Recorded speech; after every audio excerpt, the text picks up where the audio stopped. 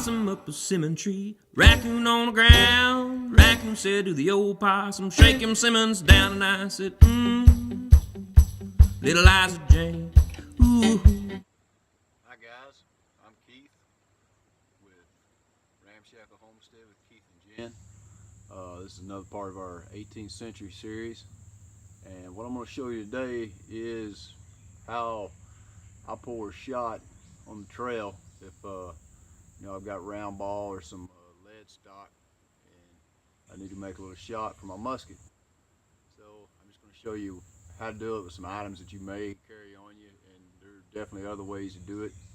But this is just a really simple way if you need enough to get a few shots off. So I guess without further ado, we'll hop right into it. Okay, the items that we have, I've got my canteen that I filled up with some water from the creek. I've got my drinking cup. I've got my lead ladle I keep in my pouch with a few 62 caliber balls and a green stick. And we've previously gotten a fire going over here with our flint and steel kit, got it reduced down to coals, and we're going to take these balls and melt them down. Then I'm going to show you a little process you can use to make this shot if you just need a little bit, or if you had some lead stock and were set up.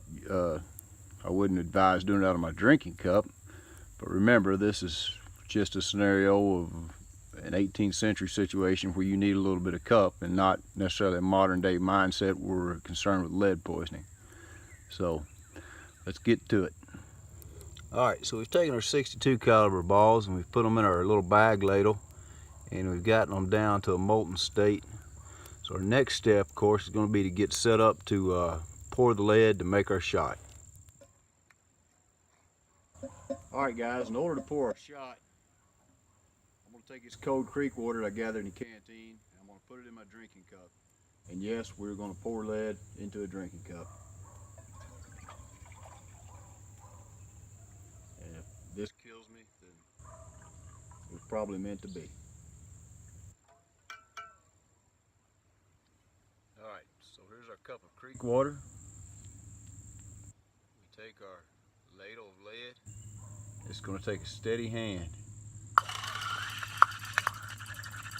Just barely dribble it in there. Real steady, slow, even pour. Now, what we're going to get out of this, it's not going to be your perfect round shot. It's probably not even going to be the greatest looking swine shot. But we are going to make some shot. May end up with some rods, because we are pouring this by hand. We don't have a screen or a big container or a tower.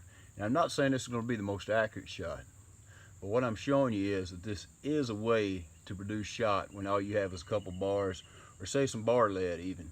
Just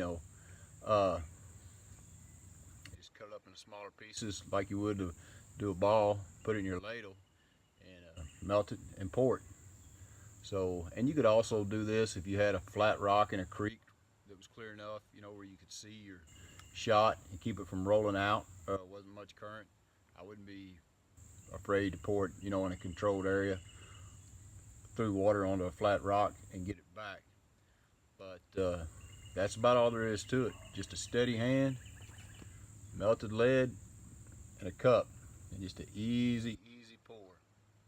And let me get this stuff squared away since I'm filming by myself today, and I'll show you the finished product. Stay tuned. Alright fellas, there we are, the finished product. And as I was saying, it's not super uniform, it's not round. There's rods, there's tails, there's cones, but it is shot, and it is trail shot. It's definitely not, like I said, shield number 6 by any stretch of the imagination, but it will take game. And you can take squirrels, turkey, rabbits, any legal game animal you could take with shot, you could take with this. So there's just another little handy tip. may have seen it before. I'm not sure. There's definitely nothing new under the sun, and I would never claim to teach anything new under the sun. But that's just a little trick that I know.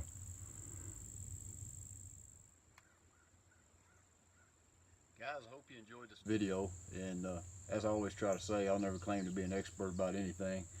These are just little tips and hacks and common knowledge, for that matter. Things I've done, tried, I know that work. Always err on the side of safety.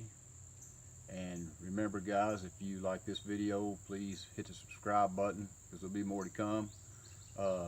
Follow us on Instagram, like us on Facebook at Ramshackle Homestead with Keith and Jen. And if you enjoy that good possum music, be sure and check out Nathan Blake Lynn. Until that time, here's the lead poisoning.